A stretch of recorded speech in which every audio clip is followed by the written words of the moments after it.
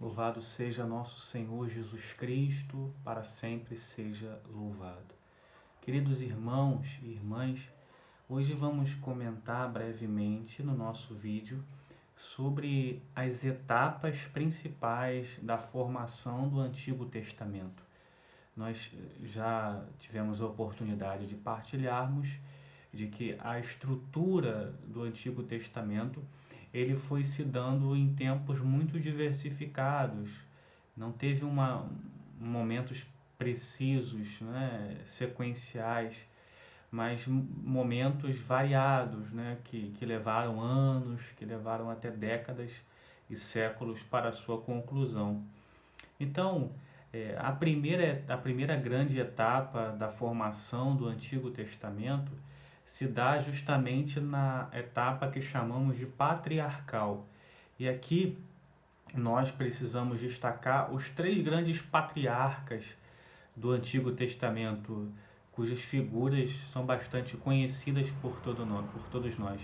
O primeiro grande patriarca é Abraão, né? A grande figura de Abraão, através do qual Deus os chama e faz um grande povo, uma grande nação. Promete uma terra e promete um povo numeroso. Então, o contexto de Abraão, situado ali no meado do livro do Gênesis para o final, o narrador sagrado conta que Abraão era um politeísta, né? Abraão adorava outros deuses, juntamente com seus pais, com a sua família.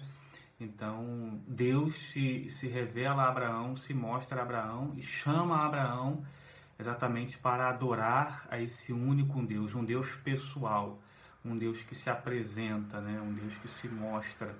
E aí tira Abraão daquele contexto politeísta pagão para um contexto monoteísta.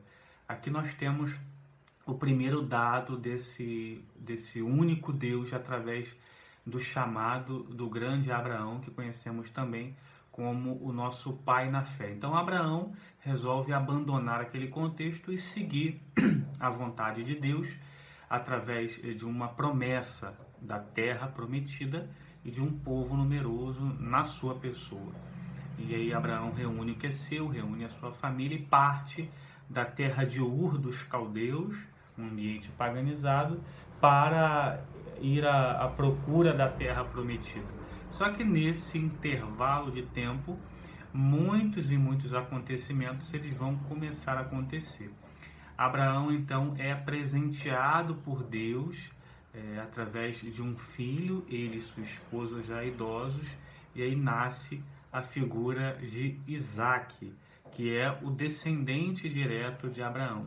Então, com Isaac também, Deus faz uma promessa, uma mesma promessa de continuidade para um povo numeroso e uma terra abençoada, onde jorraria leite e mel. Então, Isaac também guarda essa promessa e a partir de Isaac, Deus suscita então o terceiro grande patriarca, que nós conhecemos como Jacó, ou depois terá o seu nome mudado para Israel. Em Jacó, na figura de Jacó, Deus vai construir então uma família numerosa. Nós sabemos da história de que Jacó teve 12 filhos, não é?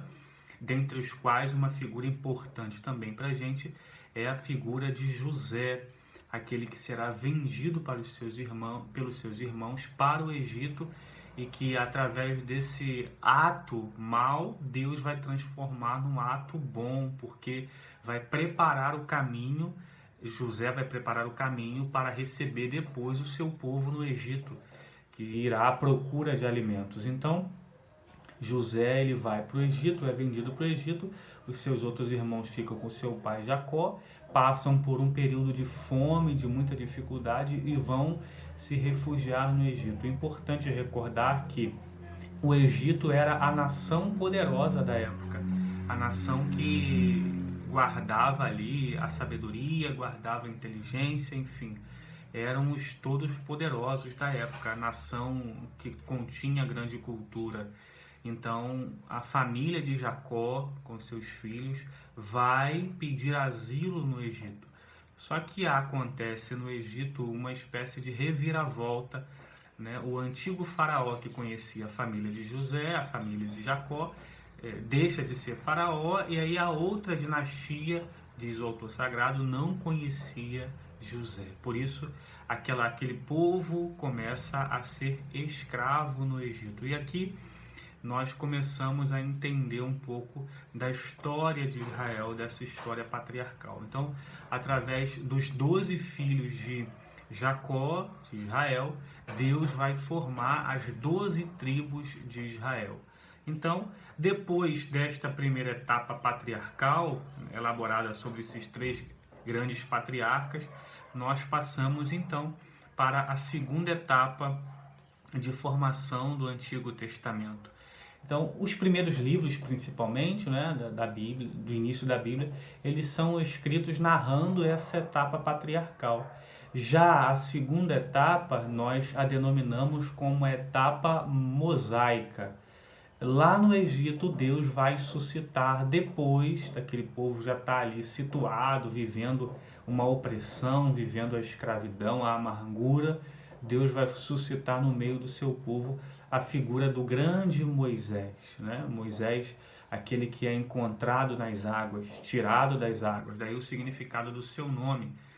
E vai ser criado naquele contexto egípcio, com as regalias, com as riquezas. Só que aí conta também o autor sagrado, Moisés se depara com uma cena desagradável de um irmão hebreu sendo escravizado. Ele não aceita muito, acaba matando o guarda e se torna um perseguido e tem que sair do Egito.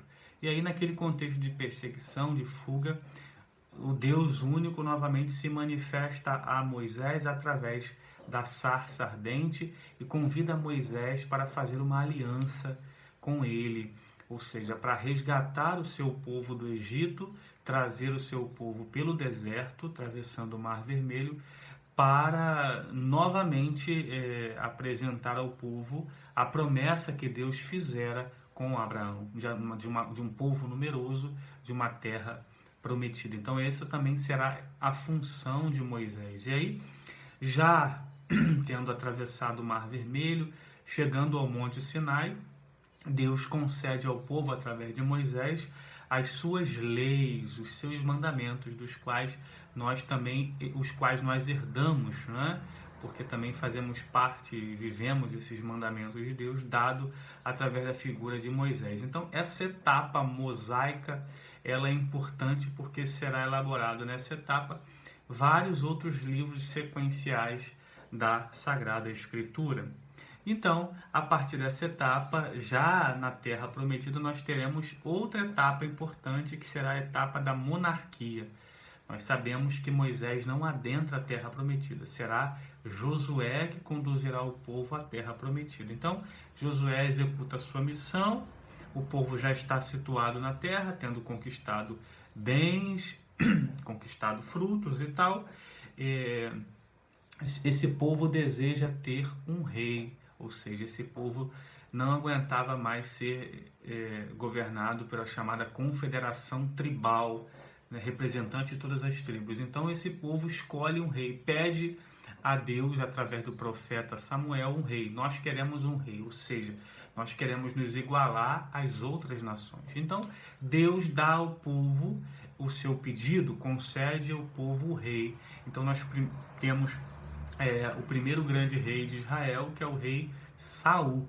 E depois, com o fracasso, com a desobediência de Saul, Deus vai suscitar o grande rei Davi, que é a figura central de rei, depois o seu filho Salomão e assim por diante. Porém, essa etapa da monarquia será uma etapa muito importante também na elaboração do Antigo Testamento, porque muitos livros proféticos, livros históricos, serão escritos nesse período monárquico, certo? Então, será um período muito importante para a elaboração do Antigo Testamento. Deixamos então para o próximo vídeo as nossas duas outras etapas que serão também de extrema importância para o entendimento da elaboração do cânon do Antigo Testamento, ou seja, dos livros, principalmente os livros sapienciais, os livros proféticos que serão escritos nas etapas seguintes. Deus abençoe você, em nome do Pai, do Filho e do Espírito Santo. Amém.